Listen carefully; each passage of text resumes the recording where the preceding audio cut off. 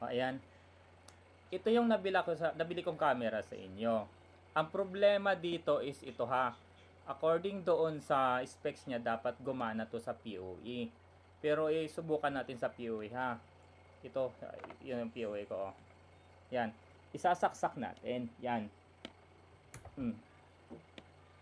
Kung titingnan mo dyan, makikita mo dyan, hindi siya umiilaw. Hindi siya umiilaw, oh. Kung titingnan mo siya, oh, yan, oh. Hindi siya umiilaw, hindi siya gumagana. Yan ang problema ko. Nakalagay kasi sa specification nyo, dapat gumagana sa PoE. Ito kasi hindi gumagana sa PoE. Yun ang problema ko. Ngayon, itry natin siya sa power supply. Pero tanggalin muna natin to. Kapag sa power supply siya,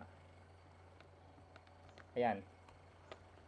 Kapag sa power supply siya, as you can see, makikita mo, umiilaw, di ba? Umiilaw siya. Ngayon, i-access natin yung kanyang IP address. I-access natin IP address. Itatap ko siya dito sa laptop. Wait lang ha. Wait lang, bago ko itap siya sa laptop, ipapacheck ko muna sa inyo na itong isang camera na gamit ko ngayon is nakatap dito sa laptop. Ayan, pakita ko sa inyo.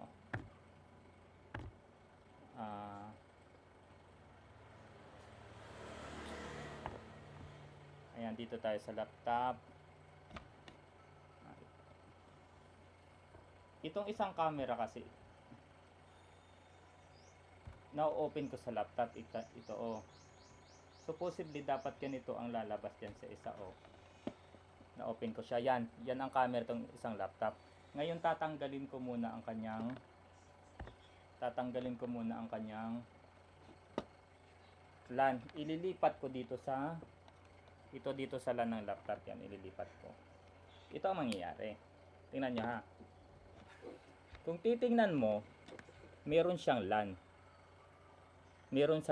Pero pag in-access mo na yung kanyang default, yan, ito yung kanyang default IP address 192.168.1.205. Ayan, walang nalabas. Hindi siya ma-access. Yun ang problema ko. Hindi kasi siya ma-manage.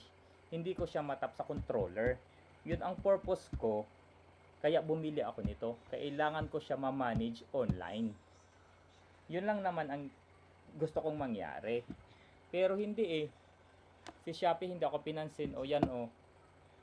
Hindi ko ma-access itong kanyang IP address. Yun lang ang problema natin dito. Which is yun sana ang gusto kong masolusyonan. Kaso wala namang pakisama si Shopee.